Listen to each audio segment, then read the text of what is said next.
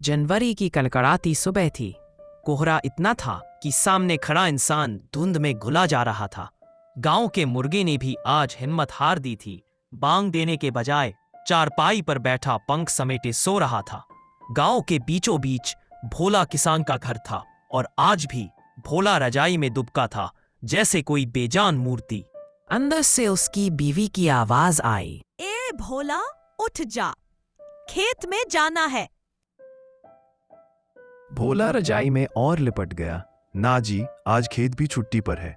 इतनी ठंड में गेहूं भी जम गए होंगे। बीबी गुस्से में बोली, ठंड में सिर्फ तू नहीं जमता, बाकी लोग भी उठ जाते हैं। भोला ने मन मारकर रजाई छोड़ी और कांपते कांपते बाहर आया। उसने अपना लाल गमछा निकाला जो उसकी शान था।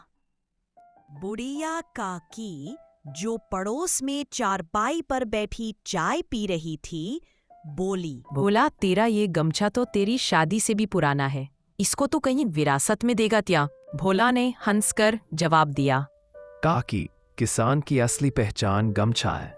इसके बिना मैं अधूरा हूं।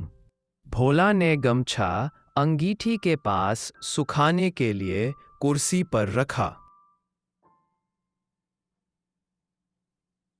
इसी बीच गली से पप्पू आता है, गांव का सबसे बड़ा शरारती लड़का। पप्पू ने गमछा देखा तो उसकी आंखें चमक गईं।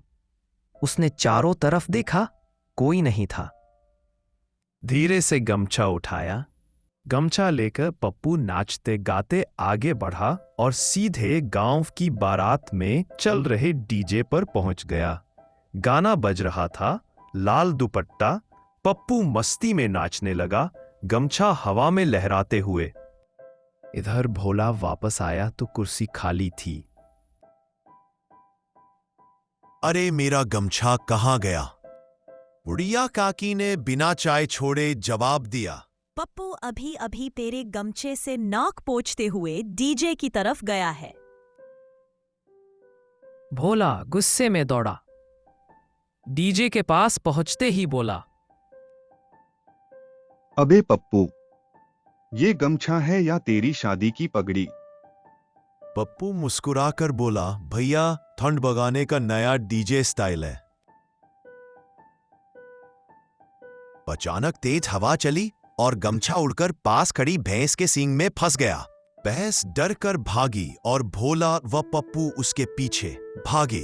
रास्ते में हल जोतते किसान ने देखा तो हंसते हुए बोला, अरे भाई, भैंस के पीछे ऐसे भाग रहे हो जैसे दूध मुफ्त में बांट रही हो। स्कूल जाते बच्चों ने चिल्लाया, भागो भागो, गमछा वाली भैंस आ गई। चाय वाले ने भी अपनी दुकान छोड़कर तमाशा देखना शुरू कर दिया। भैंस पहले तालाब के किनारे पहुंची, फिर खेत में। भोला और पप्पू दोनों खींचने लगे, लेकिन गमछा ऐसे अटका था जैसे वही का हो। एक खींचे तो दूसरा गिर जाए और गिरते गिरते दोनों मिट्टी में लथपथ हो गए। गांव के लोग चारों तरफ खड़े हंस रहे थे। एक बूढ़ा बोला, इतनी दौड़ तो सरपंच चुनाव में भी नहीं लगती। आखिरकार गमछा निकल आया। भोला ने उसे झाड़ा, सीने से लगाया और कहा, अब से मैं तुझे सिरहाने रखूंगा। पप्पू हंसते हुए बोला, और मैं सिराने से उठाकर फिर डीजे पर पहनूंगा। सब लोग ठहाके लगाने लगे और कहानी खत्म हुई इस लाइन के साथ, गांव में खन से ज्यादा तेज भागता है